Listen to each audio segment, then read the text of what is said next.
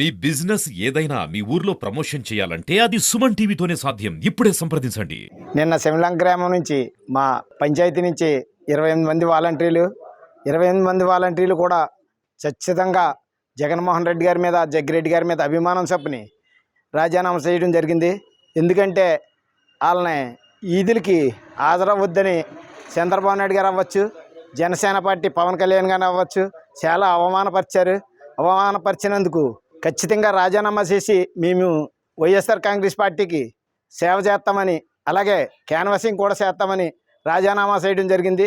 ఈ రాజీనామా చేసి మేము డైరెక్ట్గా ఈదులకు హాజరవి ప్రజలకి జగన్మోహన్ రెడ్డి గారు చేసిన సత్యమ్మ పాలన గురించి, అలాగే మా జగ్గిరెడ్డి గారి మంచితనం గురించి చెప్పడానికి సిద్ధంగా ఉన్నారని విన్నవించుకుంటూ ఈ అవకాశం ఇచ్చి నమస్కారం అండి. నా పేరు నారాయణ లక్ష్మీ జగదీశ్వరిదేవి. నేను ఈ 5 సంవత్సరాలు చెముళ్ళంక సచివాలయం 2 నందు వాలంటీర్గా పనిచేశానండి.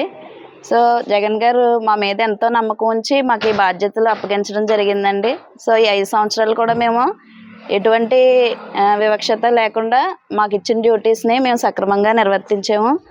ఇటీవల ఎన్నికల కోడ్ అమలైన దగ్గర నుండి వాలంటీర్లు ఎటువంటి కార్యక్రమాలు చేయకూడదు, ఎటువంటి విధుల్లో పాల్గొనకూడదు అని ప్రతిపక్షాలు తీసుకురావడం జరిగిందండి. కానీ మొన్న 1 తారీఖు నుండి ఎవరైతే పెన్షన్దారులు ఉన్నారో వాళ్ళందరూ మమ్మల్ని అడుగుతున్నారండి, పెన్షన్ మీరు ఇవ్వట్లేదు ఏంటమ్మా, ఎందువలన, ఇంకా ఎన్ని రోజులు పడుతుంది, మేము ఎక్కడ తీసుకోవాలి అని వాళ్ళు చాలా బాధగా అడగడం జరుగుతుంది. సో మేము ఇవ్వడానికి వీలు లేకపోవడం వల్ల మేము చాలా ఫీల్ అయ్యి మా యొక్క వాలంటీర్ ఉద్యోగాలకి రాజీనామా చేయడం జరిగిందండి. చెవుళ్ళంక గ్రామం నుంచి వాలంటీర్లుగా పనిచేస్తున్నటువంటి వారంతా కూడా స్వచ్ఛందంగా సుమారు 28 మంది రాజీనామా చేసిన విషయం మీ అందరికీ తెలిసిందే. ఏమిటి దీనికి కారణం అనేటువంటిది ఒకసారి చూస్తే, మరి ఏ ప్రభుత్వమైనా సంక్షేమ ఫలాలను ప్రజలకు అందించడం కోసం అనేక రకాల ప్రయత్నం చేస్తారు. అందులో భాగంగానే తెలుగుదేశం ప్రభుత్వం ఉన్నప్పుడు వారు జన్మభూమి కమిటీలు పెట్టి వారు ప్రయత్నం చేశారు.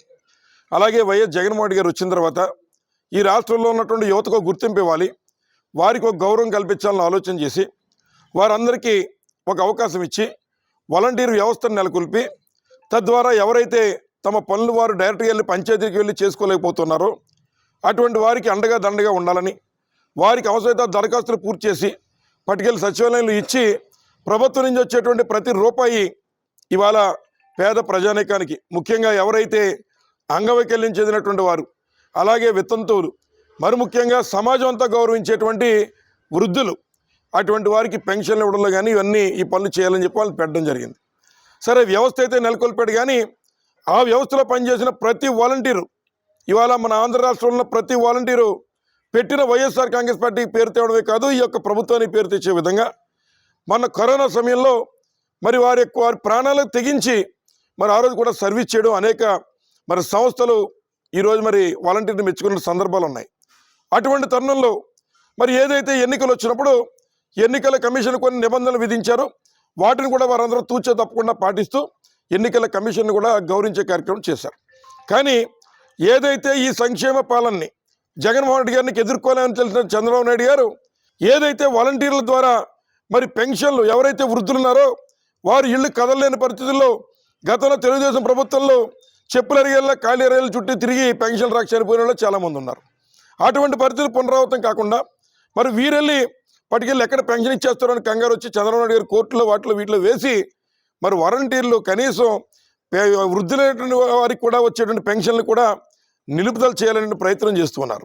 మరి దీనికి వారి మనస్తాపం కలిగింది వారికి. ఈ నియోజకవర్గంలో బండారు సత్యేంద్రరావు గారు వారు కూడా వారి యొక్క మనుషుల్ని పంపించి వాలంటీర్లు బెదిరించేటువంటి కార్యక్రమం చేస్తూ మీరు ఎవరైనా మరి ఇట్లా మీరు ఏమన్నా చేస్తే మిమ్మల్ని రేపొద్దున మేము తొలగిస్తాం, లేదా మిమ్మల్ని ఇబ్బంది పెడతాం, ఈ పార్టీ చేయకపోతే మిమ్మల్ని అనేక రకాల ఇబ్బందులు పెడతాం అనేటువంటి విధంగా మరి వారందరినీ కూడా వారి మనుషులను పంపించి ఇంటింటికి పంపించి మరి బ్లాక్మెయిల్ చేసే కార్యక్రమం చేస్తూ ఉన్నారు. ఏదైతే ఈ రాష్ట్రంలో మరి ఉన్నటువంటి పేద వర్గాలు, అలాగే ఈ రాష్ట్రంలో ఉన్నటువంటి పెద్దలకి వృద్ధులకి మళ్ళీ పెన్షన్లు యథావిధిగా అందించడం కోసం మేము కంకణబద్దులై బయటకు వస్తున్నామని చెప్పి వాళ్ళ వాలంటీర్లు సిద్ధంగా ఉన్నారని చెప్పి సందర్భంగా తెలియజేస్తూ ఉన్నా.